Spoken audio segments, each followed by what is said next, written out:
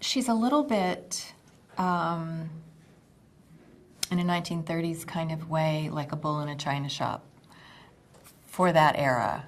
She's maybe a little too curious at times, but she's a lot of fun and a little lonely and loves to travel. I don't really know how he did it, but he would, at the end of a take, once he found his way back to me because he had 10 other actors to stop and give notes to on the way, it was as if he was replaying every moment. Like, I don't know if he has this kind of photographic memory or something. I don't honestly know, but I would watch him and it was as if he was replaying our scene, and he would go through it moment by moment, and he would pick out his notes to me, and then he'd be off. And it was like a checklist, and he was just sort of checking it off, and it was kind of extraordinary.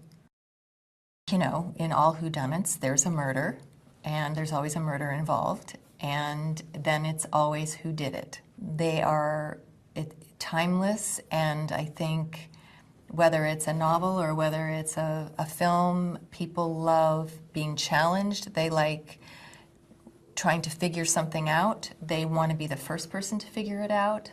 And they like to be a little scared. They like to be a little titillated in that way. It's a murder mystery. It's about a group of people trapped on a train. Somebody's been murdered and we don't know who did it. And you're sitting in a room, and that's the story.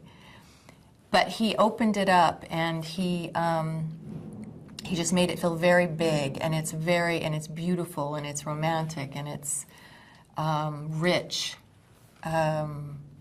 It's really cool. It's really a dream cast, and each and every one of them I've admired and wanted to work with, and you know, I mean, I literally teared up when I met Judi Dench.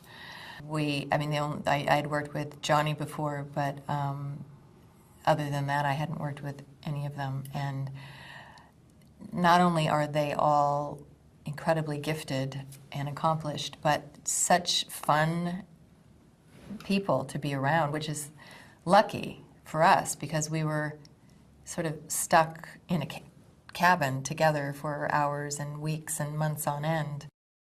Hey, Vali here with a bonus behind-the-scenes movie fact for you.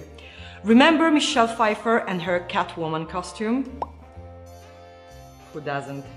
Well, did you know that she had to be vacuum sealed into the latex costume? She could only wear it for limited amounts of time to avoid passing out.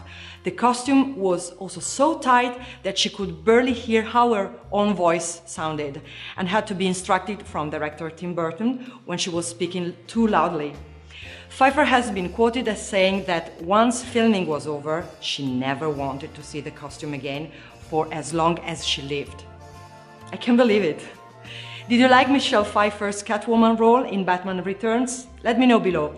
And remember, we publish new videos every day, so be sure to subscribe for more great content. See ya!